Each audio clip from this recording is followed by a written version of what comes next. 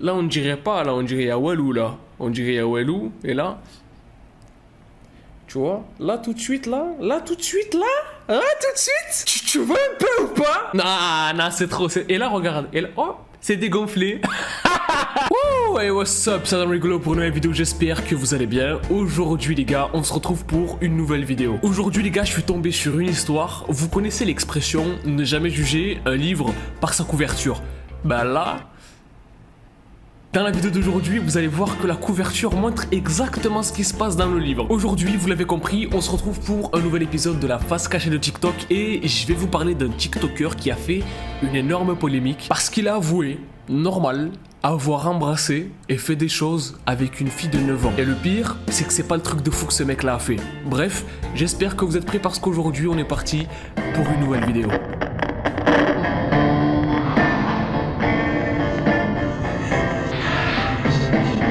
Le gars dont je vais vous parler aujourd'hui s'appelle Brandon Heberlin. Il a 21 ans, il habite aux États-Unis et contrairement à tous les autres cas dont j'ai déjà parlé sur la chaîne, où les gens postent des TikTok qui sont inutiles, etc., des TikTok un petit peu poubelles qui ont aucun réel intérêt, lui, en plus de poster des TikTok qui n'ont aucun intérêt, il est super glauque. Et ça, dès le début. For the girls, how about no menstruation March? You cannot menstruate in the month of March. Is this a good idea? Donc là, il fait un TikTok entier pour dire aux gens, puisque les gars, nous, on a le No Nuts November, donc un truc où genre pendant le mois de novembre, faut pas, vous avez compris, n'importe quoi. C'est pas sur un mois que tu vas évoluer dans ta vie. Mais bref, il a dit, pourquoi pas faire ça avec les meufs pour leur règle, qu'elles arrêtent de les avoir, quoi.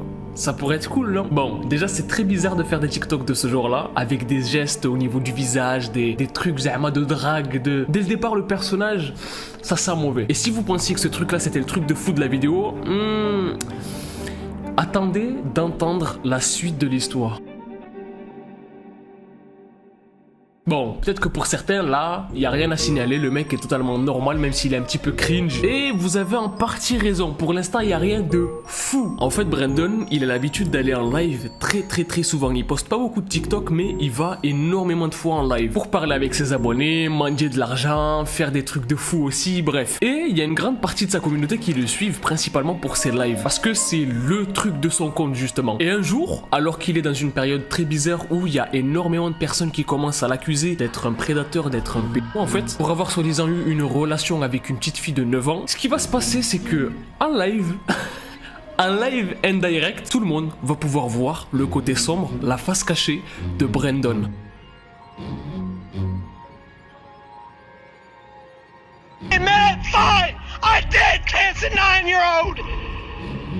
Dans le live, il pète un câble et en fait, il avoue que toutes les rumeurs qu'il y a sur lui, qui disent que du coup, il aurait fait quelque chose avec une fille de 9 ans, etc. Bah c'est vrai, ça donne la chair de poule. Donc il avoue en direct avoir embrassé une fille de 9 ans, je sais pas quoi dire, sauf que le pire, c'est que c'est pas le pire. C'est pas le pire dans cette histoire. C'est pas le pire du tout. Et là du coup je sais qu'il y a des gens qui vont me dire oui mais Adam, il y a quoi de pire que d'embrasser une fille de 9 ans alors qu'on a 21 ans? Il y a quoi de pire que ça en fait? Faire un sketch sur ça?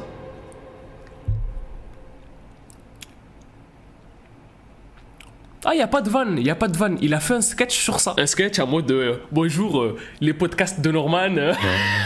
Il a fait un sketch en mode c'est toi le mec qui a embrassé une fille de 9 ans?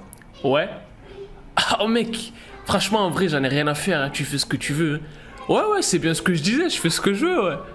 Il est malade. Il est fou, this man is crazy. One that kisses 9-year-olds, right? Oh yeah, I've heard about him.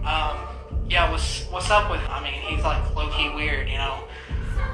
Who would do such a thing? Exactly, bro. Who would do such a thing? Low-key, I don't care. Un an plus tard, pas 10 ans, pas 5 ans, pas 3 ans, un an plus tard, la police vient l'attraper, il est arrêté. Mais il est pas arrêté pour cette histoire du tout, hein. Non, il est pas arrêté pour avoir embrassé une fille de 9 ans.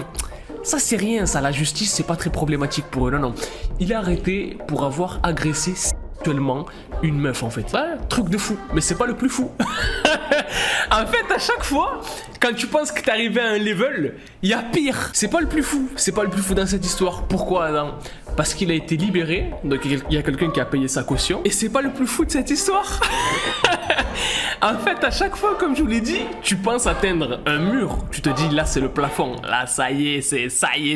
Non! En fait, c'est pas le pire. Parce qu'il y a un truc dont je vous ai pas parlé, c'est comment est-ce que ce mec, il est devenu populaire sur TikTok? Comment est-ce que ce mec-là, il a commencé à gagner ses premiers abonnés? Comment est-ce que ce mec-là s'est fait connaître sur la plateforme? Ben, vous allez voir que il y a une espèce d'histoire de foreshadowing. Où, en gros, dès le départ, on pouvait se douter de ce qu'il allait se passer à la fin.